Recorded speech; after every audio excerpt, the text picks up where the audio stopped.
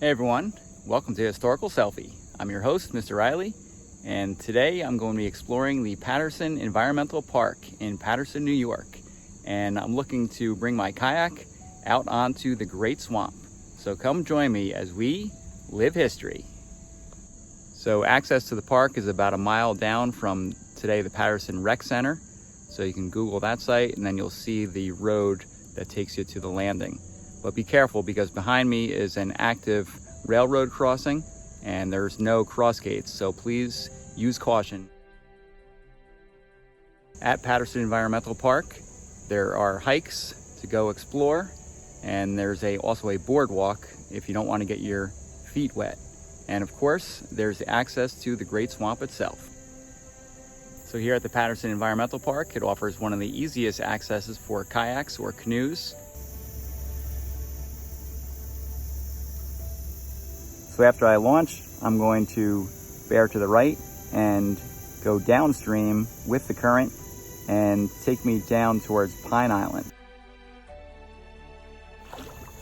So join me as we paddle along the Great Swamp, get some exercise, look for some history, and try to notice some wildlife. I'm kayaking a few weeks after Hurricane Ida came through this area, so the water level is much higher than normal for September.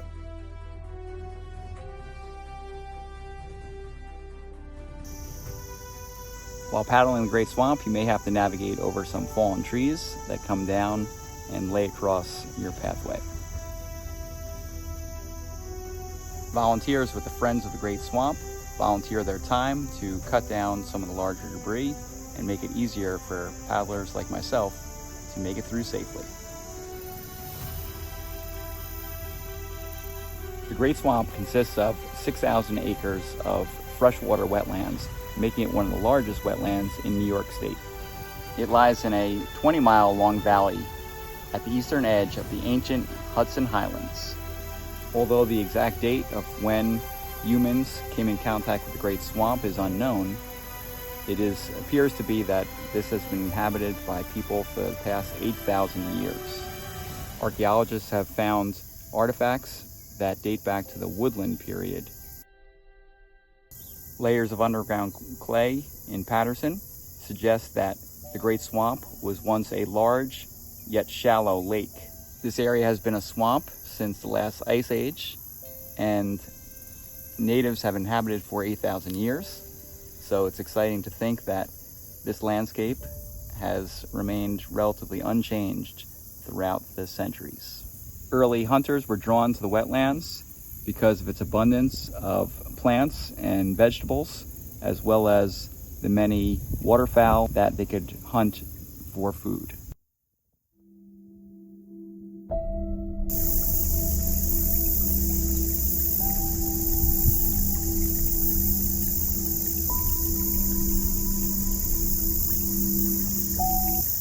When Dutch settlers and traders came into this area in the 1600s, they were drawn to the Great Swamp for its abundance of furs. The Indian-Dutch Treaty of 1617 states that the Great Swamp furs were most desirable for the Dutch.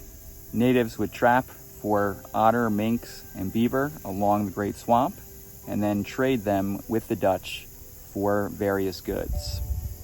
The pelts were widely sought after for fashion, so the beaver pelts and otter pelts would be turned into hats.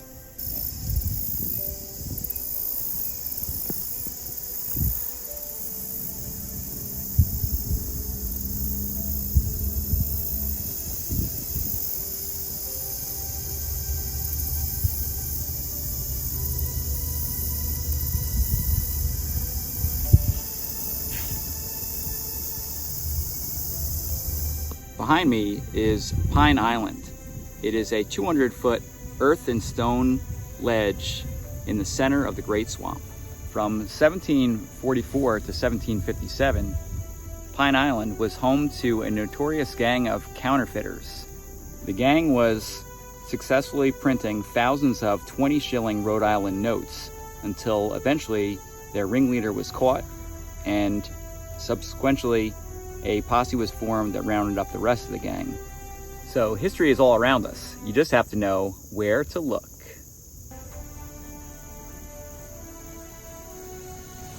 This land is often referred to as the Oblong, and was once part of the colony of Connecticut.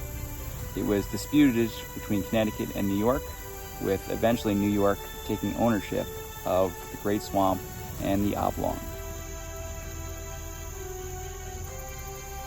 In the 1760s, this land from the Hudson River to the Great Swamp was obtained by the Phillips family, much to the chagrin of Chief Daniel Ninham and the Wappingers. Chief Daniel Ninham had served the British in the French and Indian War, and when he returned, his land was taken by the Phillips family. So Ninham went to England and went to court to sue for his land back. Unfortunately for Ninham and the Wappingers, the English court never accepted the case, and it went back to the New York colonial court, who sided in favor of the Phillips family.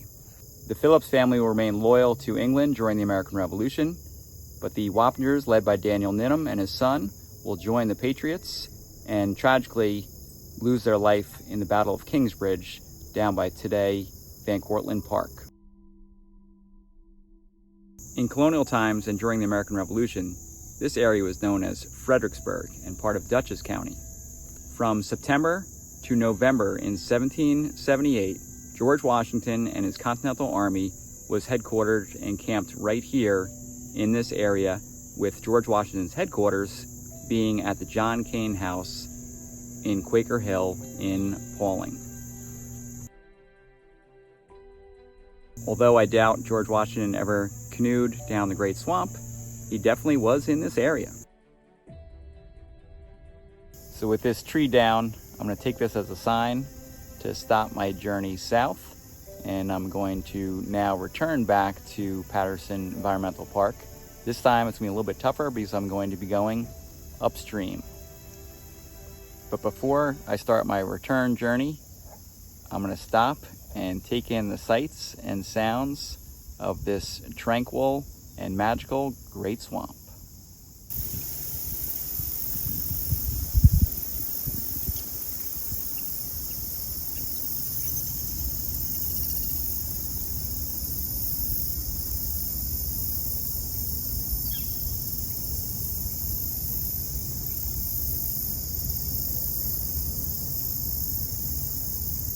Thanks for sharing that moment of Zen with me, and I encourage you all to come out to the Great Swamp and take in nature for yourself.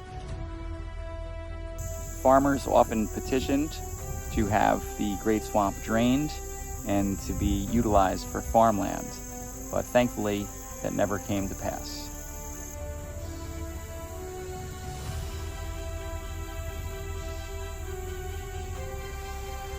So I made it back to the Patterson Park Environmental Launch, and I floated about a mile down towards Brewster, towards the reservoir, and then about a mile paddling back. So whether you have an hour or the entire day, there's no wasted time out here on the Great Swamp. People for centuries have relied on the resources that the Great Swamp provides, and now today it's up to us to make sure that this ecosystem remains intact for future generations. So whether on water or on land, the Great Swamp provides endless opportunities to take those historical selfies.